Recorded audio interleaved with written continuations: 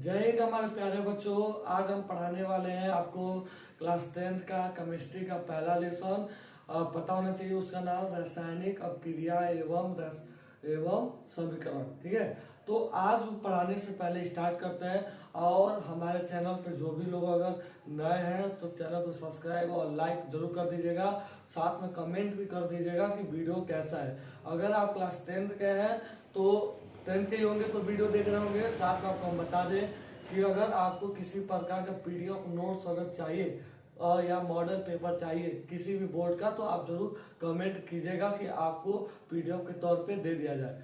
आज पूरा one shot चलेगा, जितना भी रासायनिक समीकरण एवं रासायनिक अपक्रिया एवं समीकरण है, जितना भी क्वेश्चन बनेगा उसमें इसी वीडियो में बताया जाएगा। और चाहे जितना भी इम्पोर्टेंट क्वेश्चन रहेगा कि बोर्ड से रिलेटेड है कि ये क्वेश्चन बोर्ड में आ सकता है, तो ये भी क्वेश्चन जो है आपको बीच बीच में बताया जाएगा कि ऐसा क्वेश्चन जो एग्जाम में आ सकता है। और साथ में समीकरण को संतुलित करना, बैलेंस करना, ये भी इसी में वीडियो में बताया जाएगा।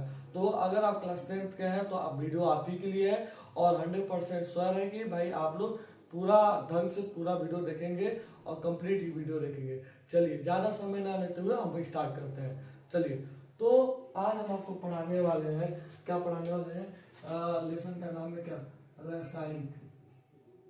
रासायनिक समीकरण, रासायनिक अपक्रिया एवं समीकरण। ठीक है, तो रासायनिक समीकरण एवं रासायनिक अपक्रिया एवं समीकरण से पढ़ाने से पहले आपको दो चीज पहले पता होना चाहिए। क्या पता होना चाहिए? दो चीज, रासायनिक परिवर्तन और रासायनिक परिवर्तन बोल सकते हैं या तो परावर्तन बोल सकते हैं। परावर्तन नहीं होगा, परिवर्तन। ठीक है, क्या होगा? रासायनिक परिवर्तन होगा। और साथ में बता दें दूसरा क्या होगा, भौतिक परिवर्तन। ठीक है, तो रासायनिक परिवर्तन क्या है और भौतिक परिवर्तन क्या है, इसके बारे में सबसे पहले आपको पता होना चाहिए। ठीक है, क्योंकि इससे क्वेश्चन जो है एग्जाम में आ सकता है, विकल्प में जो होता है उसमें आ सकता है। तो सबसे पहले अगर इंग्लिश में बात करते हैं तो इसको बोलते हैं केमिकल चेंज। और ठीक है ना, तो केमिकल चेंज भी इसको इंग्लिश में बोल सकते हैं, कोई दिक्कत नहीं है। और फिजिकल चेंज, केमिकल चेंज और फिजिकल चेंज। तो रासायनिक समीकरण क्या होता है, रासायनिक परिवर्तन क्या होता है, हमें ये जानना है पहले रासायनिक परिवर्तन क्या होता है, तब उसके बाद हम जानने का प्रयास करेंगे कि भौतिक परिवर्तन क्या होता है। ठीक है, तो रासायनिक परिवर्तन को इंग्लिश बोलते हैं केमिकल चेंज बोलते हैं। यानी केमिकल चेंज क्या होता है, यानी रासायनिक परिवर्तन क्या होता है, जब कोई वस्तु अपना एक बार रूप बदलने के बाद पुनः अपने रूप में नहीं आते हैं, उसे हम रासायनिक परिवर्तन कहते हैं। हम क्या बोले हैं, जब कोई, ठीक है, क्या बोले इसमें, जब कोई पदार्थ, ठीक है, जब कोई पदार्थ अपनी, ठीक है, अपने अवस्था, ठीक है, क्या अवस्था परिवर्तन करने के बाद मूल अवस्था में नहीं आती है, मूल अवस्था में नहीं आती है, उसे रासायनिक परिवर्तन कहते हैं। रासायनिक परिवर्तन कहते हैं, क्या कहते हैं, रासायनिक परिवर्तन कहते हैं। ठीक है ना, तो रासायनिक परिवर्तन किसे कहते हैं, जब कोई वस्तु चाहे कोई पदार्थ अपना अवस्था बदलने के बाद अपनी मूल अवस्था में नहीं आ पाती है, उसे हम कहते हैं रासायनिक परिवर्तन। यानी आप ये कह सकते हैं, दूध से देखिए दही हो जाएगा पर दही से दूध नहीं हो पाएगा। दही को क्या लोग भोजपुरी में लोग क्या बोलता है, जोरन, क्या बोलते हैं उसको, जोरन बोलते हैं। अगर दूध से जोरन हो जाएगा पर जोरन से जो है दूध नहीं होगा। यानी हम क्या कहना चाहते हैं इसमें, अगर एग्जाम्पल कहेंगे, सर एग्जाम्पल के लिए कहिए तो क्या हो जाएगा, दूध से दही, दूध से क्या हो जाएगा, दही हो जाएगा ना, दही, दूध से दही होगा कि नहीं होगा, ठीक है ना, दही, दूध से दही हो सकता है क्या, दही से दूध हो जाएगा, नहीं, ठीक है, इससे हो जाएगा पर ये नहीं। क्या अपनी एक बार अवस्था बदलने के बाद पूरा अपने मूल अवस्था में आ सकता है? नहीं आ सकता है, तो उसे हम कहते हैं रासायनिक परिवर्तन। उसे हम क्या बोलेंगे? रासायनिक परिवर्तन। ठीक है, दूसरा हेडिंग है हमारा भौतिक परिवर्तन। क्या है? भौतिक परिवर्तन। ठीक है, परिवर्तन। भौतिक परिवर्तन क्या होता है? भौतिक परिवर्तन जब वो कोई पदार्थ अपनी अवस्था बदलने के बाद पुनः अपनी मूल अवस्था में आ जाता है, उसे हम क्या बोलते हैं? भौतिक परिवर्तन। ठीक है, जब कोई पदार्थ, ठीक है, कोई पदार्थ, चाहे जब कोई पदार्थ क्या हो सकता है? पदार्थ, ठीक है ना, वस्तु नहीं, पदार्थ ही लिखेंगे। ठीक है, अपने अवस्था, ठीक है, अवस्था परिवर्तन, ठीक है, परिवर्तन करने के बाद, परिवर्तन करने के बाद, ठीक है, करने के बाद अपने करने के बाद मूल अवस्था में आ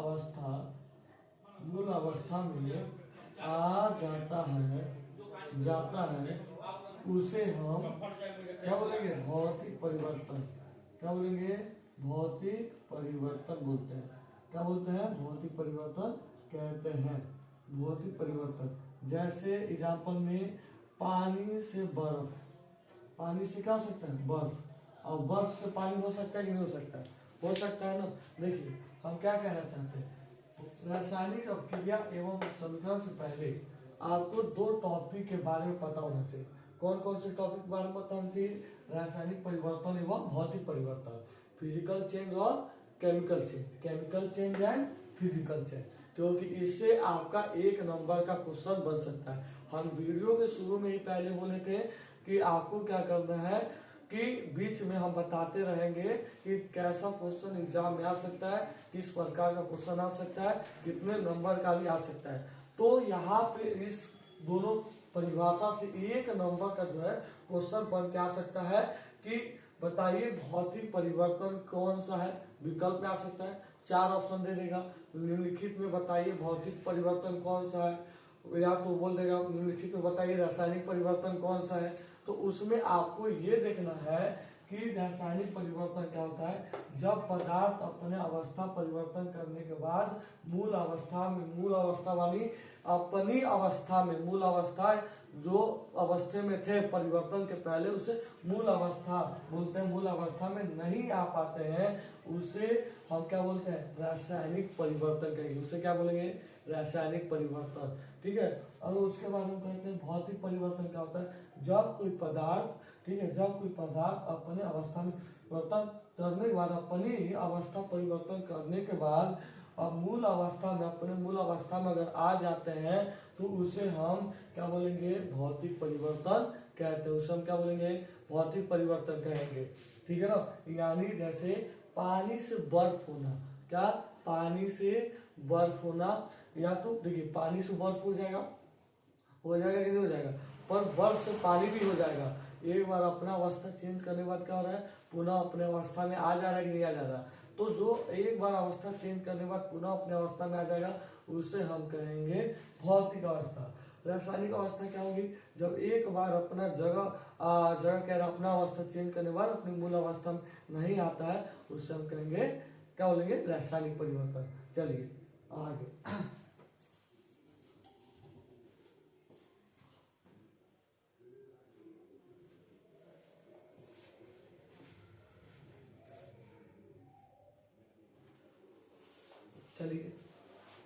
चलिए उम्मीद करते हैं कि आपको समझ में आया होगा। अब देखिए, ठीक है, अब हम जानते हैं रासायनिक प्रक्रिया क्या होता है। रासायनिक अपक्रिया क्या होता है? ये हमारा देखिए, इससे जो है 4 अंक का क्वेश्चन हो सकता है। ठीक है ना। रासायनिक अपक्रिया, अगर एग्जाम में रासायनिक अपक्रिया अगर आ गया तो रासायनिक समीकरण नहीं आएगा। अगर एग्जाम में रासायनिक समीकरण आ गया तो रासायनिक अपक्रिया नहीं आएगा। यानी दोनों ही इंपॉर्टेंट है। तो अभी हम फिलहाल पढ़ाने वाले हैं रासायनिक अपक्रिया, फिर रासायनिक अपक्रिया के प्रकार, फिर उसके बाद जो भी होगा वो आपको बताएंगे। ठीक है, तो चलिए ज्यादा समय न लेते, रासायनिक अपक्रिया क्या होता है? देखिए कोई भी अगर क्रिया होगा, ठीक है, कोई भी अगर क्रिया होता है तो अकेले वो क्रिया नहीं होगा। ठीक है, तो कभी भी आप याद रखिएगा कि कोई भी अगर क्रिया का अगर बात करते हैं तो अकेले कुछ नहीं होगा। ठीक है, अब मान लीजिए आप अगर लड़ने जा रहे हैं, आप अकेले हो जाए तो आपको कोई पीट पाएगा? नहीं पीट पाएगा। आप पे कोई क्रिया होगा? नहीं होगा। अगर आप किसी और से जा रहे हैं लड़ने तो आप पे क्या हो जाएगी? क्रिया हो जाएगी। यानी आप पीट के आ जाएंगे या तो वो पीट के आ जाएगा। तो एक आदमी पीट के आएगा तो क्रिया कब होता है? जब दो हो या दो से ज्यादा हो। अकेले में कोई क्रिया होगा? नहीं होगा। इतना दिमाग बैठा लीजिए, अकेले में कोई क्रिया नहीं होगा। कब होगा? जब दो होंगे चाहे दो से ज्यादा। तो उसी प्रकार रासायनिक अपक्रिया किसे कहते हैं? तो कोई अगर रासायनिक अपक्रिया की अगर बात करता है कि रासायनिक अपक्रिया क्या है, तो आपको बोलना है कि रासायनिक अपक्रिया क्या होता है? जब क्या? जब ठीक है, जब दो या दो से अधिक अधिक अभिकारक, अभी बताता अभिकारक क्या होता है। अभिकारक मिलकर मिलकर उत्पाद बनाते हैं उसे उसे रासायनिक अपक्रिया कहते हैं। क्या कहते हैं? रासायनिक अपक्रिया कहते हैं। क्या बोलेंगे? रासायनिक अपक्रिया कहते हैं। किसको कहते हैं? जब दो से अधिक, दो या दो से अधिक अभिकारक मिलके क्या बनाते हैं? रासायनिक अपक्रिया बनाते हैं। यानी हम बोल सकते हैं Mg, ठीक है, प्लस O2। ठीक है, तो हो जाएगा, क्या हो जाएगा? MgO, यानी दो, यहाँ पे दो। ठीक है, याद रखिए। ठीक है, Mg से क्या होता है? मैग्नीशियम होता है। Mg से क्या होता है? मैग्नीशियम। यहाँ मैग्नीशियम और ऑक्सीजन। मैग्नीशियम कोई अकेले क्रिया कर सकता है? नहीं बच्चों, कभी भी कोई भी आदमी कोई भी कुछ अकेले नहीं कर सकता है। ठीक है, यानी मतलब कुछ परिवर्तन। ठीक है, बात समझिएगा। तो अगर हम बात करते हैं कि यहाँ पे कि रासायनिक अपक्रिया का हम बात करते हैं कि रासायनिक अपक्रिया क्या होता है, कि हमने बोला दो या दो से अधिक अभिकारक मिलके उत्पाद बनाते हैं, उसे रासायनिक अपक्रिया कहते हैं। ठीक है, क्या बोलते हैं? उसे रासायनिक अपक्रिया कहते हैं। तो आप यहाँ देख सकते हैं, यहाँ पे क्या है? मैग्नीशियम और ऑक्सीजन से जब क्रिया होगा तो क्या बनेगा? मैग्नीशियम ऑक्साइड बनेगा। क्या बनेगा? Magnesium oxide. मैग्नीशियम और ऑक्सीजन से जब क्रिया होगा तो क्या बनेगा? मैग्नीशियम ऑक्साइड बनेगा। तो यहाँ पे इधर देख रहे हैं, ये आपका क्या है? ये आपका क्या है? LHS होगा। आप अगर ऐसे खड़े होंगे तो आपका ये LHS होगा और ये क्या होगा? आपका RHS होगा। कौन सा होगा? RHS। लेफ्ट हैंड साइड है, राइट हैंड साइड होगा ना। तो जो लेफ्ट हैंड साइड होता है वो हमारा क्या होगा? अभिकारक होता है। ठीक है, अभिकारक। कोई भी पूछ सकता है कि अभिकारक क्या होते हैं। ठीक है, इधर जो हमारा होगा उसका होगा उत्पाद। जो लेफ्ट हैंड साइड होंगे वो हमारे क्या होंगे? अभिकारक होंगे। जो नए पदार्थ के रूप में बन के आएंगे, फलस्वरूप जो हमको मिलेगा, जो प्राप्त होगा, उसे हम क्या बोलेंगे? उत्पाद बोलेंगे। क्या बोलेंगे? उत्पाद। यानी आप एक भाषा में ये कह सकते हैं कि जो लेफ्ट हैंड साइड होता है उसे अपकारक कहते हैं, जो राइट हैंड साइड होता है उसे क्या बोलते हैं? हम बोलते हैं उत्पाद बोलते हैं। यानी जो भी क्रिया करने के बाद जो फलस्वरूप हमें प्राप्त होगा, जो मिलेगा, उसे हम क्या बोलेंगे? उत्पाद बोलेंगे। समझ में आया? ठीक है, और उम्मीद करते हैं कि आपको समझ में आएगा। बहुत बढ़िया चीज है। क्या है क्वेश्चन? पढ़ते भर में याद हो जाता है। रासायनिक अपक्रिया किसे कहते हैं? तो क्या है? जब दो या दो से अधिक अभिकारक मिलकर क्या होता है? दो या दो से अधिक अभिकारक मिलकर उत्पाद बनाते हैं, उसे रासायनिक अपक्रिया कहते हैं। उसे रासायनिक अपक्रिया कहते हैं जब दो या दो से अधिक अभिकारक मिलकर एक उत्पाद बनाते हैं तब। चलिए, कोई दिक्कत होगा नहीं। बोर्ड एग्जाम के लिए वेरी इंपॉर्टेंट क्वेश्चन है। बोर्ड एग्जाम में ये क्या हो सकता है? आ सकता है पूरे 4 नंबर का। हमने बोला बीच बीच में हमें आपको बताते रहेंगे, बीच बीच में हमें आपको बताते रहेंगे कि कौन कितने नंबर का आ सकता है। चलिए, कोई दिक्कत नहीं। अब दूसरा हेडिंग जानते हैं। ठीक है, अब चलिए, इसमें कोई दिक्कत नहीं हुआ होगा, बोला कोई दिक्कत नहीं हुआ होगा आपको। अब यहाँ पे अब देखिए, यहाँ पे दूसरा हेडिंग होगा हमारा। ठीक है, दूसरा हेडिंग होगा हमारा, और इसके बाद रासायनिक संकरण। क्या होगा? रासायनिक संकरण। क्या होगा? रासायनिक संकरण। तो रासायनिक समीकरण क्या होता है? हमने पहले ही बोला, पहले ही बोले थे, अगर रासायनिक अपक्रिया का एग्जाम आएगा तो रासायनिक समीकरण नहीं आएगा, अगर रासायनिक समीकरण आएगा तो रासायनिक अपक्रिया नहीं आएगा, ठीक है ना। तो इतना याद रखिएगा। तो यानी दोनों इंपॉर्टेंट है। और साथ में हम आपको बता दें रासायनिक अपक्रिया की पहचान की अगर बात करते हैं तो उसमें क्या बदलाव होती है। रासायनिक अपक्रिया की पहचान में अवस्था में परिवर्तन होगा, ठीक है। चलिए लिख दे रहे हैं, नहीं तो भूल जाएंगे आप लोग। तो अगर हम बात करते हैं रासायनिक अपक्रिया का पहचान, ठीक है, क्या लिख दे रहे हैं, रासायनिक अपक्रिया का पहचान। रासायनिक अपक्रिया का पहचान, पहचान क्या है, परिवर्तन। किसमें देखेंगे, किसमें, अवस्था में परिवर्तन, ठीक है। किसमें परिवर्तन होगा, अवस्था में परिवर्तन होगा बच्चों, परिवर्तन, अवस्था में परिवर्तन होगा, रंग में परिवर्तन होगा, ठीक है ना। अवस्था में परिवर्तन, रंग में परिवर्तन हो सकता है, ताप में परिवर्तन हो सकता है, किसमें पर हो सकता है, ताप में परिवर्तन, ठीक है। और किसमें परिवर्तन हो सकता है, और किसमें परिवर्तन, गैस भी निकल सकता है। क्या हो सकता है, गैस का निकलना, क्या होता है, गैस का निकलना, क्या होता है, गैस का निकलना। ये चीजें याद रखिएगा। पहचान क्या है, रासायनिक अपक्रिया की पहचान, ये बहुत इंपॉर्टेंट है। ये आपके विकल्प में भी आ सकता है कि रासायनिक अपक्रिया क्या होता है, ठीक है। रासायनिक अपक्रिया की पहचान, अब तो बताया कि रासायनिक अपक्रिया क्या होता है, तो अब याद रखना कि रासायनिक अपक्रिया के प्रकार भी आप लोग याद रखेंगे। तो रासायनिक अपक्रिया के प्रकार क्या होते हैं, तो देखेंगे अवस्था में परिवर्तन, किसमें परिवर्तन, अवस्था में परिवर्तन रहेगा। कि मान लीजिए गैस है, द्रव में हो गया, ठीक है, द्रव है, गैस में निकल गया, ठीक है, ठोस है, द्रव बन गया, गैस बन गया। तो जब भी कोई प्रक्रिया होगा, रासायनिक अपक्रिया होंगे, तो उनके अवस्था में परिवर्तन 100% होना है, ठीक है। रंग में परिवर्तन, रंग में भी परिवर्तन होता है, ये बात रखिएगा यार कि रंग में परिवर्तन होगा कि नहीं होगा, क्योंकि बच्चों कंफ्यूज हो जाते हैं। ऑप्शन में आ जाता है रासायनिक अपक्रिया की पहचान नहीं है, तो कई ऑप्शन आ जाता है, साथ में उसमें आ जाता है रंग में परिवर्तन, तो बच्चे कहते हैं रंग में परिवर्तन, क्योंकि उसकी रंग की पहचान नहीं, पर है रंग की परिवर्तन, हमेशा याद रखिएगा, बहुत इंपॉर्टेंट है। रंग की परिवर्तन जो है रासायनिक अपक्रिया की पहचान है। चलिए, ताप में परिवर्तन, ताप में परिवर्तन होगा ही, क्या पता गर्म हो, गर्म है, क्या हो सकता है, ठंडा हो सकता है, चाहे ठंडा से गर्म हो सकता है, ताप में परिवर्तन हो सकता है। गैस का निकलना तो 100% है, जब भाप बनेगा तो गैस निकलेगा। कोई भी अपक्रिया होंगे, अगर भाप बनेंगे तो क्या होंगे, गैस निकलेगा।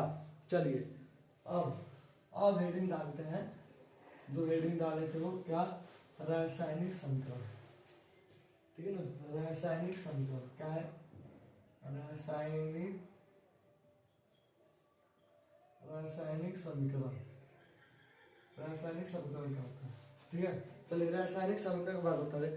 किसी रासायनिक अपक्रिया में, ठीक है ना, किसी भी रासायनिक अपक्रिया में, ठीक है, लिख देते हैं किसी, यहाँ लिख दे रहे हैं किसी रासायनिक अपक्रिया में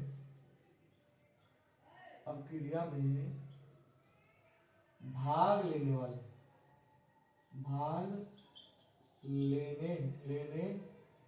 वाले अभिकारक तथा फलस्वरूप प्राप्त होने वाले उत्पाद को सूत्र या प्रतीक द्वारा लिखा जाता है, उसे रासायनिक समीकरण कहते हैं। रासायनिक समीकरण कहते हैं। जैसे, ठीक है, जैसे क्या एग्जाम्पल दे सकते हैं, ठीक है, CH2 क्या हो सकता है, CH4 हो सकता है प्लस O2, इधर होगा तो क्या हो सकता है, CO2 प्लस H2O, ठीक है ना। और यहाँ पे बैलेंस कर सकते हैं आप लोग, ठीक है ना। तो यहाँ पे आप लोग देखे होंगे CH4 से क्या होता है, मेथेन, और CO2 से ऑक्सीजन होता है, तो क्या बनेगा कार्बन डाइऑक्साइड, और फिर क्या बन सकता है, जल बन सकता है। ठीक है, चलिए आप देखिए यहाँ पे क्या है, रासायनिक समीकरण। रासायनिक समीकरण क्या होता है, जो देखिए हम बताए थे, इधर वाला हमारा क्या होगा अभिकारक, इधर वाला क्या होगा उत्पाद। तो उत्पाद कब बनेगा, जब फलस्वरूप, तो जो हमारे अभिकारक जो है, जब क्रिया करके फलस्वरूप जो हमें मिलता है, जो क्रिया करने के बाद जो हमें मिलेगा, तो उसे हम क्या बोलेंगे, उत्पाद बोलते हैं। तो ये कह रहा है कि किसी रासायनिक क्रिया में भाग लेने वाले अभिकारक, तो भाग कौन ले रहा है, ये भाग ले रहे हैं कि नहीं ले रहे हैं, बताइए, ये भाग ले रहे हैं, इसे हम क्या बोलेंगे, अभिकारक बोलेंगे। क्या बोलेंगे, अभिकारक। भाग लेने वाले देखिए यहाँ पर हम डॉट कर देंगे, तथा फलस्वरूप प्राप्त होने वाले उत्पाद। फलस्वरूप प्राप्त होने वाले क्या है, उत्पाद। फलस्वरूप क्या प्राप्त होने वाले हैं, उत्पाद। फलस्वरूप प्राप्त होने वाले उत्पाद को सूत्र, या देखिए ये सूत्र है ना, इसे सूत्र बोल सकते हैं आप, उसके प्रतीक बोलते हैं। हिंदी में देखिए क्या होता है, हिंदी में ऑक्सीजन है ना, ऑक्सीजन, तो ये क्या लिखा हुआ है, हिंदी में लिखा हुआ है, हिंदी में लिखा हुआ है।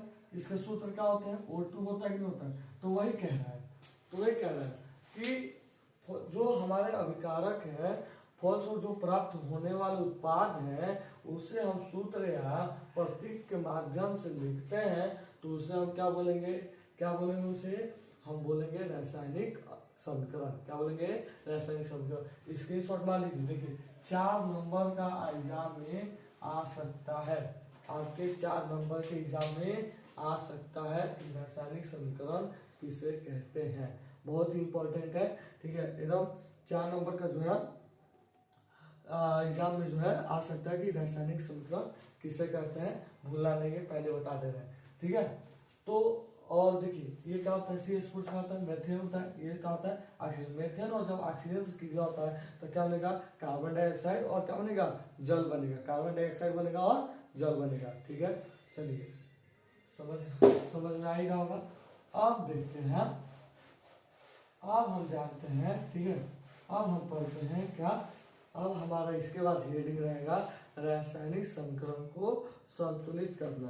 क्या करना, संतुलित करना। देखिए एग्जाम में 5 नंबर का आ सकता है कि भाई संतुलित कैसे करते हैं। ठीक है, एग्जाम में आ सकता है कि संतुलित कैसे करना है। ठीक है, तो संतुलित करने का, देखिए संतुलित करने का जो तरीका है ना, हम बहुत आसान तरीके से बता देंगे। ठीक है, संतुलित करने का, रासायनिक समीकरण को संतुलित करना, रासायनिक समीकरण का, ठीक है, का संतुलित, की संतुलित, संतुलित लिख लीजिए, कोई दिक्कत नहीं है, संतुलित। ठीक है ना, संतुलित। तो रासायनिक समीकरण का संतुलित, रासायनिक समीकरण की संतुलित, रासायनिक समीकरण का संतुलित लीजिए। ठीक है, देखिए कैसे हम संतुलित करते हैं, कैसे हम बैलेंस करते हैं। यानी मान लीजिए हमारे पास क्या है, देखिए यहाँ पे एग्जाम्पल ले लेते हैं, एक एग्जाम्पल जो हम ले लेते हैं यहाँ पे, ठीक है, एक एग्जाम्पल हम ले लेते हैं यहाँ पे। ठीक, अब यहाँ पे हम एक एग्जाम्पल ले लेते हैं। यहाँ पे बहुत सारे आपके बुक में है, एनसीईआरटी बुक में बहुत सारे एग्जाम्पल जो है हो सकता है, ऐसा नहीं कि नहीं हो सकता है, बहुत सारा एग्जाम्पल जो है हो सकता है। ठीक है, चलिए तो चलिए यहाँ पे हम देखते हैं, संतुलित करते हैं कि संतुलित कैसे होगा।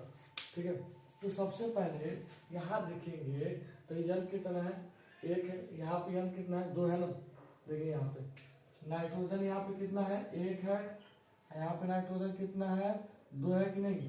तो यहाँ पे हम क्या कर देंगे, 2 बनाना है नाइट्रोजन, यहाँ 2 है नाइट्रोजन, यहाँ पे कितना नाइट्रोजन है, 1। तो कैसे 2 बनेगा, यहाँ 2 से गुणा कर देंगे तो नाइट्रोजन कितना बन जाएगा, 2 बनेगा, नहीं बनेगा।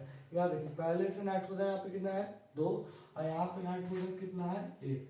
तो यहाँ पे हम 2 से गुणा कर देंगे तो कितना हो जाएगा, नाइट्रोजन 2 हुआ। ऑक्सीजन यहाँ पे कितना है, 2 3 6, और 6 और कितना हुआ, 7, और यहाँ पे कितना है, 2 3 2 3 6, और 2 कितना है, 8 है ना। और यहाँ पे कितना है, 2 3 6, और 2 कितना हो जाएगा, 8। यहाँ भी ऑक्सीजन 8, और यहाँ भी ऑक्सीजन कितना हुआ, 8। चलिए हाइड्रोजन यहाँ 2 और 2 4, यहाँ पे हाइड्रोजन कितना हुआ, 2 2 4। यहाँ देखिए सी कितना है, 1, यहाँ भी सी कितना हुआ, 1, बस बैलेंस हो गया, संतुलित हो गया, कोई दिक्कत नहीं। ठीक है, इसमें कोई दिक्कत नहीं, बैलेंस हो गया। यानी देखिए एक एग्जाम्पल और ले लेंगे, BaCl। ठीक है, एग्जाम्पल और ले रहे हैं आपको समझाने के लिए, H2SO4, ठीक है। एक एग्जाम्पल और ले रहे हैं, BnS, ठीक है, प्लस हो जाएगा HCl। यहाँ पे बी कितना है, एक, यहाँ पे कितना है, एक, कोई दिक्कत नहीं, दोनों क्या है, दोनों पक्ष में बराबर है कि नहीं, समझ में आ रहा है बात। यहाँ भी एक है और यहाँ पे कितना है, एक, और यहाँ पे क्लोरीन कितना है, 2, क्लोरीन कितना है, 2, यहाँ क्लोरीन कितना है, 1 है, तो इससे 2 होगा, 2 से मल्टीप्लाई, आगे 2 से मल्टीप्लाई करेंगे कितना होगा, 2 हो जाएगा, समझ आया। कितना था, देखिए कितना था, 1, यहाँ पे कितना है, 1 है, यहाँ पे कितना है, देखिए यहाँ पे कितना है, 1, और यहाँ पे क्लोरीन कितना है, 2, तो यहाँ क्या करेगा, 2 से मल्टीप्लाई करेगा तो क्लोरीन में कितना हो जाएगा, 2 हो जाएगा, क्लोरीन में कितना हो जाएगा, 2, यहाँ हाइड्रोजन कितना है, 2, यहाँ भी हाइड्रोजन कितना है, 2, यहाँ SO4, यहाँ भी कितना हो गया, SO4, समझ आया, कोई दिक्कत नहीं, ठीक है, कमेंट कीजिएगा जरूर। तो यही रासायनिक संतुलित करना है, ठीक है, इसमें कोई दिक्कत नहीं होना चाहिए। चलिए अब नेक्स्ट आगे चलते हैं। तो इसके बाद हमारा हेडिंग रहेगा रासायनिक समीकरण, तो हो गया है रासायनिक समीकरण को संतुलित करना भी हो गया है। अब हमारा हेडिंग है रासायनिक अपक्रिया के प्रकार, रासायनिक अपक्रिया के प्रकार, ठीक है, रासायनिक अपक्रिया के प्रकार कितने होते हैं और किसके किसके बारे में हमें पढ़ना है। रासायनिक अपक्रिया के प्रकार के परिभाषा तो आपको मिल जाएंगे, ठीक है, कोई दिक्कत नहीं है। हम पहले पढ़ेंगे संयोजन, क्या पढ़ेंगे, संयोजन, संयोजन अपक्रिया, ठीक है ना, संयोजन अपक्रिया, जिसमें क्या होता है, 2 टूटा अपक्रिया रहेगा, इधर जाके क्या हो जाएंगे, मिल जाएंगे, क्या हो जाएंगे, मिल जाएंगे, 2 टूटा हुआ अपक्रिया रहेगा, इधर जाके क्या हो जाएंगे, मिल जाएंगे, ठीक है ना, इधर जाके क्या हो जाएगा, मिल जाएगा। इसके लिए आप कोई भी क्या ले सकते हैं, कोई भी एग्जाम्पल ले सकते हैं, इसमें कोई दिक्कत नहीं है। संयोजन बोलते हैं इसको, योगात्मक भी बोल सकते हैं, कोई दिक्कत नहीं है, ठीक है। जैसे हमारे पास क्या है, NH3 प्लस HCl है, इधर गया तो क्या हो गया, NH4Cl हो गया, ठीक है। इधर देखिए संयोजन में क्या होता है कि भैया जो अभिकारक रहेगा, क्या रहेगा, अभिकारक, हमारा उत्पाद बनाएगा 1, कितना उत्पाद बनाएगा, 1।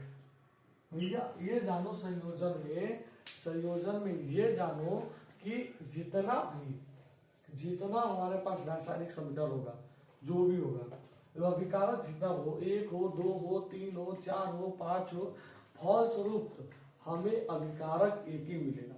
संयोजन में क्या होता है कि अभिकारक जितना हो, 2 हो, 4 हो, 4, 5 हो, उससे कोई दिक्कत नहीं है। उसमें एक चीज नोट करना है, नोटिस करना है, पहचानना है, क्योंकि एग्जाम में 2 नंबर का आ सकता है कि भैया 3 नंबर का आ सकता है। निम्नलिखित रासायनिक समीकरण को पहचान कर लिखिए, क्या कीजिए, निम्नलिखित समीकरण को पहचान के लिखिए।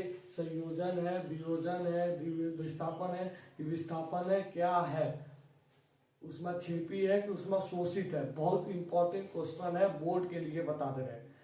तो यहाँ पे एक ही चीज आप नोटिस करेंगे, क्या नोट करेंगे कि अभिकारक 2 हो, 3 हो, 4 हो, 5 हो, उससे कोई दिक्कत नहीं है, उत्पाद जो है 1 ही मिलेगा। उत्पाद कितना मिलेगा, 1 मिलेगा। कितना उत्पाद मिलेगा, 1, और 1 से ज्यादा उत्पाद नहीं रहेंगे। बात समझ में आ गया। तो 1 से ज्यादा उत्पाद रहेगा तो हमारा वो संयोजन अपक्रिया नहीं होता है। संयोजन अपक्रिया मतलब संयोजन कर देना, यानी जुड़ जाना। एक तरफ से इसको योगात्मक बोल सकते हैं, एक तरफ से क्या बोल सकते हैं, इसको योगात्मक अपक्रिया बोल सकते हैं। इसमें किसी को दिक्कत नहीं होना चाहिए। स्क्रीनशॉट मारना है तो मार लीजिए, ठीक है। चलिए नेक्स्ट अगले पे चलते हैं, वियोजन अपक्रिया, ठीक है। इसके बाद क्या होता है, वियोजन, जस्ट इसका उल्टा, वियोजन अपक्रिया, ठीक है ना। वियोजन अपक्रिया में देखेंगे क्या होगा, ए बी होगा, इधर टूट के क्या हो जाएगा, ए प्लस बी, ठीक है। यही एग्जाम्पल ले लेते हैं, NH4Cl, और इधर हमारा क्या हो जाएगा, NH3 प्लस क्या हो जाएगा, HCl, जस्ट इसका उल्टा, कोई दिक्कत नहीं। एग्जाम्पल ज्यादा याद करने की जरूरत ही नहीं, क्योंकि अगर एग्जाम में आ जाता है तो एग्जाम्पल बच्चे कहते हैं सर कैसे लिखना है, कैसे लिखना है, कोई दिक्कत नहीं, 5-6 एग्जाम्पल लिखो, उसी को दोहरा दो, कोई नंबर नहीं काटेगा, कोई नंबर नहीं काटेगा। तो सेम चीज वियोजन, संयोजन में जोड़ जाना, योगात्मक हो जाना, वियोजन में घट जाना, घटा देना, तोड़ देना, बिखार देना, विखंडित कर देना, वियोजन मतलब क्या होता है, तोड़ देना, बिखार देना, घटा देना। यहाँ पे देखेंगे क्या NH4Cl एक साथ है और इधर क्या आ गया है, टूट गया, इधर आके क्या हो गया है, टूट गए हैं, और इधर आके टूट जाएंगे तो ऐसा हमारे एग्जाम में दिखेगा कि इधर हमारे एकजुट है, इधर आके टूट गए हैं, तो उसे हम तुरंत पहचान के लिख देंगे वियोजन अपक्रिया है। कब वियोजन अपक्रिया होगा, जब इधर एक साथ होंगे अकेले नहीं होंगे, तब हम कहेंगे ये हमारा क्या है, वियोजन अपक्रिया है। अगर इधर आके टूट जाता है, बिखर जाता है, तो आप तुरंत इसे कहेंगे ये कौन सा अपक्रिया है, वियोजन अपक्रिया है। चलिए इसके बाद, ठीक है, समझ में आ रहा होगा। अब देखिए इस तीसरा नंबर, इसके बाद है हमारा कौन सा, परिस्थापन। क्या है, परिस्थापन अपक्रिया, विस्थापन अपक्रिया भी बोल सकते हैं। क्या बोल सकते हैं इसे, क्या बोल सकते हैं, विस्थापन, विस्थापन बोलिए चाहे परिस्थापन अपक्रिया। कई लोग कंफ्यूज हो जाता है कि सर ने विस्थापन पढ़ाया और एग्जाम में जो है परिस्थापन आ गया। ठीक है, क्या गया, सर ने विस्थापन पढ़ाया है और एग्जाम में परिस्थापन आ गया, इससे कोई दिक्कत नहीं।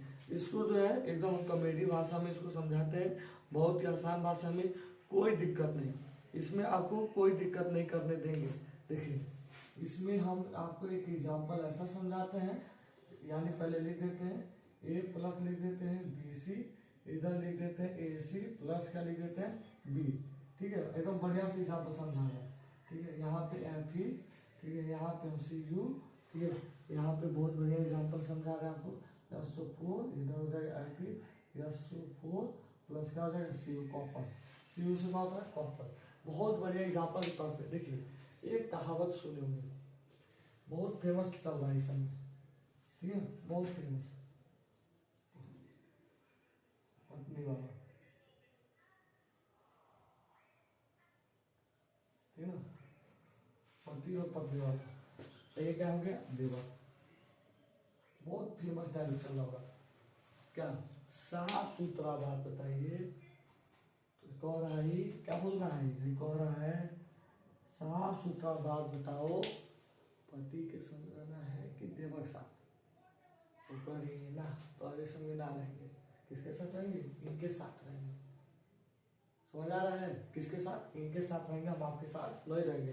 तो क्या करो, दिल तोड़ के क्या हो जाएगा, इधर चली जा रही है, इसके साथ जुड़ जाएगी, किसी और के साथ, यहाँ किसी और के साथ है और इधर अपक्रिया करने बाद किसी और के साथ हो जा रही है, तो इसे हम कहेंगे विस्थापन अपक्रिया। क्या कहेंगे, विस्थापन अपक्रिया। विस्थापन अपक्रिया किसे कहेंगे, यहाँ पे किसी और के साथ है और यहाँ पे क्या हो गया, किसी और के साथ सट गई है। साफ सुथरा बात बताओ, देवर वो भी हमरे संगे, तो बोलती है ना, तारे संगे ना जाए, देवर संगे, तो क्या हो जाता है, दिल तोड़ के क्या हो जाती है, भाग जाती है, क्या हो जाती है, भाग जाती है। तो भाग जा रही है तो वही क्या हो जाए, ये हमारा विस्थापन अपक्रिया होता है, परिस्थापन अपक्रिया इसी को कहते हैं। समझ में आ गया कि किसी और के साथ है, और गाना भी है, फिलहाल किसी और के साथ हो, ठीक है ना, वो वाला भी गाना आप लोग याद कर सकते हैं, गाना याद करके भी आप लोग बढ़िया से समझ सकते हैं। ठीक है, कोई दिक्कत नहीं ना। चलिए इसके बाद चौथा एग्जाम्पल, ठीक है, चौथा एग्जाम्पल जो है, इसके बाद चौथा है आपका द्विविस्थापन, ठीक है, द्विविस्थापन, द्विविस्थापन अपक्रिया, ठीक है, द्विविस्थापन में क्या होगा, ठीक है, द्विविस्थापन अपक्रिया का हमें आप तुरंत लिखवा दे रहे हैं। द्विविस्थापन में AgNO3, ठीक है ना, AgNO3 KCl इधर आएगा तो AgCl प्लस NO3 KNO3। देखिए यहाँ पे ये किसके साथ है और ये यहाँ पे किसके साथ, अब यहाँ पे पोजीशन चेंज हो गया, पोजीशन क्या हो गया, चेंज। तो जब दो यौगिक अगर एक साथ जगह चेंज कर रहे हैं, किसी घटना की वजह से दो यौगिक एक साथ जगह चेंज कर रहे हैं, तो उसे हम बोलेंगे द्विविस्थापन बोलेंगे। क्या बोलेंगे, द्विविस्थापन बोलेंगे। याद कर लीजिएगा, बढ़िया से अगर इसका परिभाषा चाहिएगा तो परिभाषा लेना हो तो जरूर कमेंट कीजिएगा। समझ में आ रहा है? ठीक है, चलिए ज़्यादा समय भी नहीं है, अब ज़्यादा समय लेते हुए भी नहीं, हम आगे दूसरे पे चलते हैं। ठीक है, इसके बाद जो इम्पोर्टेंट है, बहुत ही इम्पोर्टेंट है। ठीक है, इसके बाद जो इम्पोर्टेंट है, बहुत सारे इम्पोर्टेंट है, ऊष्माक्षेपी और ऊष्माशोषित। इसका हम जो है लिखवा दे ऊष्मा। ठीक है, इस दोनों का परिभाषा लिखवा दे रहे हैं। ऊष्मा है ना, ऊष्मा, हाँ ऊष्मा जो है ऊष्माक्षेपी, ऊष्मा, ठीक है क्या है, ऊष्माशोषित। देखिए इसमें क्या होगा, ठीक है, इसमें एग्जाम्पल लिखवा दे रहे हैं NO2 + O2 हो जाएगा NO2। ठीक है, NO2 -45 क्लोरीन। ठीक है ना, यहाँ पे इसका एग्जाम्पल लिखवा दे रहे हैं। ठीक है, यहाँ पे नहीं, यहाँ पे इसका एग्जाम्पल कुछ और, सॉरी यहाँ पे एग्जाम्पल C + O2 हो जाएगा CO2 हो जाएगा +94 क्लोरीन। यहाँ पर हो जाएगा NO2 N2 + O2 ये हो जाएगा 2NO -45 क्लोरीन। तो देखिए ऊष्माक्षेपी मतलब क्या होता है, ऊष्माक्षेपी जिसमें अपक्रिया के बाद ऊष्मा क्या करता हो, लेता हो। ऊष्मा क्या करता है, लेता हो। अपक्रिया के दौरान अगर ऊष्मा ग्रहण करेगा तो उसमें हम क्या बोलेंगे, ऊष्माक्षेपी बोलेंगे। उससे हम क्या बोलेंगे, ऊष्माक्षेपी बोलेंगे। अगर उसके बाद, ठीक है, अपक्रिया करने के बाद ऊष्मा को क्या करे, शोषित करे, ऊष्मा को ले, तो उसे हम क्या बोलेंगे, ऊष्मा शोषित बोलेंगे। एग्जाम में बहुत ये 4 नंबर का आ सकता है, वेरी इंपॉर्टेंट। VBI यहाँ लिख दे रहे हैं, ऊष्माक्षेपी एवं ऊष्मा शोषित, ऊष्मा शोषित में अंतर, ये याद कर लीजिएगा। मैं अंतर हम बताए थे, बीच में भी बताएंगे अंतर, ये याद कर लीजिएगा। ठीक है, ये याद कर लीजिएगा ऊष्माक्षेपी और ऊष्माशोषित क्या होता है। तो बहुत जरूरी है ऊष्माक्षेपी और ऊष्माशोषित के बारे में पढ़ना कि ऊष्माक्षेपी और ऊष्माशोषित क्या होता है। तो आपसे यही है कि एग्जाम में ये बहुत बार पूछा है कि ऊष्माक्षेपी और ऊष्माशोषित क्या होता है। फिर हम बता दे रहे ऊष्माक्षेपी होता है जिसमें अपक्रिया के दौरान ऊष्मा ग्रहण करते हैं, ऊष्मा लेते हैं या ऊष्मा देते हैं, ऊष्मा देते हैं, ऊष्मा निकालते हैं बाहर। इसमें क्या होता है, उसमें ऊष्मा जो होता है निकलता है, और इसमें क्या होता है, ऊष्मा ग्रहण होता है। क्या होता है, ग्रहण। ठीक है ना, ठीक है, इसमें ऊष्मा निकालता है तो ऊष्माक्षेपी, और इसमें ऊष्मा क्या करता है, ग्रहण करता है तो ऊष्मा शोषित। बहुत इंपॉर्टेंट है ये 2 चीज, ये 2 टॉपिक जो है बहुत इंपॉर्टेंट है, पढ़ लीजिएगा। हम आपसे ये कहेंगे तो ऊष्माक्षेपी और ऊष्माशोषित में अंतर, VBI क्वेश्चन जो एग्जामिनेशन 2025 में क्या हो सकता है, आ सकता है 2025 के लिए। ठीक है, तो ऊष्माक्षेपी यानी जो ऊष्मा को बाहर निकालता है, उसमें ऊष्मा को निकालता है उसे ऊष्माक्षेपी बोलते हैं। ऊष्मा को जो ग्रहण करता है, शोषित करता है, सोख लेता है, उसे क्या बोलते हैं, ऊष्मा शोषित बोलते हैं। ठीक है, चलिए अब उसके बाद आपका लास्ट हेडिंग चल रहा है ऑक्सीकरण एवं उपचयन। ठीक है ना, अपचयन उसको बोल सकते हैं। ठीक है, लास्ट टॉपिक चल रहा है आपका। ठीक है, जिसमें हम 2 डिवाइड में भाग कर दे रहे हैं। क्या कर दे रहे हैं, इधर लिख दे रहे हैं ऑक्सीकरण, ठीक है, ऑक्सीकरण, इधर हम लिख दे रहे हैं अपचयन। देखिए इसमें कुछ पॉइंट है जो लिखवा दे रहे हैं। ठीक है ना, इसमें क्या होगा, ऑक्सीजन का योग होगा, हाइड्रोजन की क्या होगी, हाइड्रोजन की क्या होगा, हाइड्रोजन की कमी, इलेक्ट्रॉन की क्या होगी, इलेक्ट्रॉन दान, इलेक्ट्रॉन क्या करेगा, दान करेगा।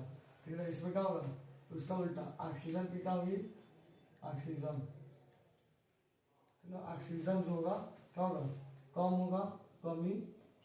हाइड्रोजन का क्या होगा, योग, और इलेक्ट्रॉन क्या करेगा, इलेक्ट्रॉन ग्रहण करेगा। क्या करेगा, ग्रहण करेगा। इलेक्ट्रॉन क्या करेगा, ग्रहण करेगा, दान नहीं करेगा।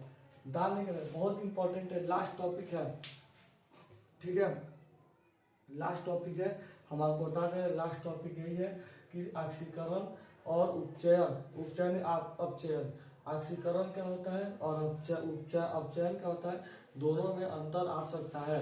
एग्जाम के लिए वेरी इंपॉर्टेंट कर सकते हैं आप लोग, VVI कर सकते हैं इसको एग्जामिनेशन 2025 के लिए, ठीक है, 2025 के लिए आप बहुत इंपॉर्टेंट है क्वेश्चन, आप लोग इसको देख सकते हैं कि ऑक्सीकरण क्या होता है और अपचयन क्या होता है, ठीक है ना। तो ऑक्सीकरण में क्या होता है, ऑक्सीजन की योग होगी, ऑक्सीजन की मात्रा बढ़ेगा, और वहीं पे अपचयन में क्या होगा, ऑक्सीजन की मात्रा कम होगी। यहाँ पर बात करते हैं हाइड्रोजन की मात्रा कम होगी, यहाँ पर हाइड्रोजन की योग बढ़ेगा। अगर यही बात करते हैं इलेक्ट्रॉन क्या करेगा, दान करेगा, यहाँ पे इलेक्ट्रॉन क्या करेगा, ग्रहण करेगा। यानी इलेक्ट्रॉन के लिए अगर एग्जाम्पल लेते हैं, Na पता है +1 होता है, ठीक है, ये क्या करेगा, एक इलेक्ट्रॉन क्या करेगा, दान करेगा कि नहीं करेगा, दान करेगा ना, एक इलेक्ट्रॉन क्या करेगा, दान। यानी बोरबरी के नियम से क्या है, 2 8 क्या होता है, एक इलेक्ट्रॉन क्या कर रहा है, दान कर रहा है, तो यहाँ पे क्या हो गया, इलेक्ट्रॉन दान कर रहा था, क्या हो गया, ऑक्सीकरण हो जाएगा। अगर यहाँ पे Cl का बात करते हैं, Cl कितना होता है, 17 होता है ना, तो ये क्या करेगा, माइनस होगा। अब इधर क्या करेगा, ये इलेक्ट्रॉन क्या करेगा, एक इलेक्ट्रॉन ग्रहण करेगा, कैसे, 2 8 कितना होता है, 7 होता है, एक इलेक्ट्रॉन क्या करेगा, ये ग्रहण करके अपने को क्या बनेगा, पूर्ण बनाएगा, अपने को क्या बनेगा, पूर्ण। तो यहाँ पे देख रहे हैं इलेक्ट्रॉन दान कर रहा है, तो क्या होगा, ऑक्सीकरण। यहाँ पे दान क्या कर रहा है, ग्रहण कर रहा है, इलेक्ट्रॉन को क्या कर रहा है, ग्रहण कर रहा है, तो क्या कर रहा है, अपचयन हो जाएगा। बात समझ रहे हैं, यहाँ पे इलेक्ट्रॉन को दान करना ऑक्सीकरण हो जा रहा है, और यहाँ पे इलेक्ट्रॉन को अपना ग्रहण करना क्या हो जा रहा है, अपचयन हो जा रहा है। Examination 2025 UP board, Bihar board, किसी भी बोर्ड से आप कोई भी बोर्ड से अगर पढ़ते हैं तो बहुत ही इम्पोर्टेंट है, ये दोनों आप लोगों को बता दिया जाए, बहुत ही इम्पोर्टेंट है बच्चों, इसमें किसी प्रकार का दिक्कत नहीं होना चाहिए, दोनों बहुत ही इम्पोर्टेंट है। यूपी बोर्ड, बिहार बोर्ड, कोई भी बोर्ड आप पढ़ते हो, किसी भी बोर्ड से पढ़ते हो, ये दोनों बोर्ड के लिए बहुत ही इम्पोर्टेंट है ये क्वेश्चन, ठीक है। कि ऑक्सीकरण किसे कहते हैं, अपचयन क्या होता है, ठीक है, ऑक्सीकरण को उपचयन भी बोल सकते हैं, क्या बोल सकते हैं, उपचयन भी बोल सकते हैं, कोई दिक्कत नहीं, ठीक है ना। तो ये आपके यूपी बोर्ड के लिए बहुत इंपॉर्टेंट है, बिहार बोर्ड के लिए भी बहुत इंपॉर्टेंट, मध्य प्रदेश कोई भी बोर्ड हो उसके लिए बहुत इंपॉर्टेंट है। तो फिर ऑक्सीजन का योग, ऑक्सीजन की मात्रा बढ़ेगा, ऑक्सीजन की कमी, ऑक्सीजन की मात्रा कमी होगी, हाइड्रोजन की कमी, हाइड्रोजन की मात्रा कम होगा, हाइड्रोजन के योग, हाइड्रोजन का आगे योग बढ़ेगा, इलेक्ट्रॉन दान करेगा, दान कर रहा है, इलेक्ट्रॉन क्या करेगा, ग्रहण करेगा, तो ग्रहण कर रहा है, ठीक है। चलिए लास्ट टॉपिक, रेडॉक्स अपक्रिया क्या होता है, ठीक है। इसके बाद आते हैं रेडॉक्स अपक्रिया क्या होता है, ठीक है। इसके बाद लास्ट टॉपिक चल रहा है रेडॉक्स अपक्रिया, ठीक है। तो रेडॉक्स अपक्रिया क्या होता है, ठीक है, आपको बता दिया जाए कि बहुत ही इंपॉर्टेंट है रेडॉक्स अपक्रिया भी, कि सर रेडॉक्स अपक्रिया जो है एग्जाम में आ सकता है। तो रेडॉक्स, ठीक है ना, क्या है, रेडॉक्स, रेडॉक्स अपक्रिया, ठीक है, जिसमें ऑक्सीकरण और अपचयन दोनों होते हैं, उसे रेडॉक्स अपक्रिया कहते हैं। रेडॉक्स अपक्रिया क्या होता है, जिसमें किसमें, जिसमें क्या होता है, ऑक्सीकरण और अपचयन अपक्रिया दोनों होते हैं, उसे हम क्या बोलेंगे, रेडॉक्स अपक्रिया कहते हैं, ठीक है। उसे क्या बोलेंगे, रेडॉक्स अपक्रिया। जैसे आपको एक एग्जांपल दे रहे हैं, ठीक है, आपको हम एक एग्जांपल दे रहे हैं, ठीक है, यहाँ पे आपको एक एग्जांपल दे रहे हैं, ठीक है, यहाँ पे हम आपको क्या कर रहे हैं, एक एग्जांपल दे रहे हैं, ठीक है, आप यहाँ देख सकते हैं, ठीक है, यहाँ पे आपको हम क्या कर रहे हैं, एक एग्जांपल देके समझा रहे हैं, ठीक है, ठीक है। यहाँ पे देखिए,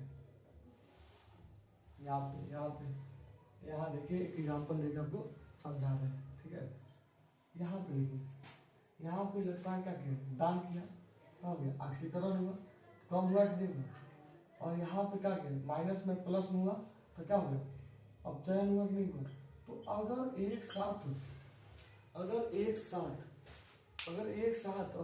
आपकी रासायनिक, अगर एक साथ ऑक्सीकरण और क्या हो रहा है, अपचयन हो रहा है, उपचयन हो रहा है, तो अगर एक साथ ऑक्सीकरण और अपचयन हो रहा है, तो उसे हम क्या बोलेंगे, रेडॉक्स अपक्रिया कहेंगे, उसे हम क्या बोलेंगे, रेडॉक्स अपक्रिया कहेंगे। इसमें किसी को दिक्कत नहीं होना चाहिए, ठीक है।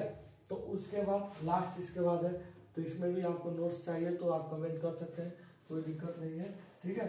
और स्क्रीनशॉट भी अगर बीच में लेना हो तो आप लोग ले सकते हैं, तो कोई दिक्कत नहीं है, ठीक है। तो कुछ चीज़ें हैं जो हम आपको बता दें। एक क्वेश्चन आ सकता है साक्षरता क्या होता है, तो साक्षरता के बारे में बोल सकते हैं कि जो नमी और वायु के संपर्क में आने से जिसमें सब जंग लग जाता है उसे साक्षरता बोलते हैं। जंग लग जाना, जंग को कैसे दूर करते हैं, साक्षरता को दूर करने की क्या जरूरत हो सकती है, उपयोग क्या है, तो पेंट करना, ग्रीस करना, तेल का यूज करना, जिससे साक्षरता का क्या हो सकता है, दूर कर सकते हैं, ठीक है ना। बात समझ में आ रहा है। और अगर विकृति गंध का बात करते हैं तो खाद्य पदार्थ में तेल वर्षा के कारण जो है स्वाद बदल जाते हैं, खराब हो जाते हैं। अचार जैसे कुछ खाना हो सकता है कि जो खराब हो जाते हैं उसे विकृत गंधता कहते हैं। तो आप वैसे क्वेश्चन को भी आप ले सकते हैं, ठीक है। तो फिलहाल वन शॉट के लिए आप इतना था, और इसको बेहतर बनाने के लिए आप कमेंट कीजिएगा।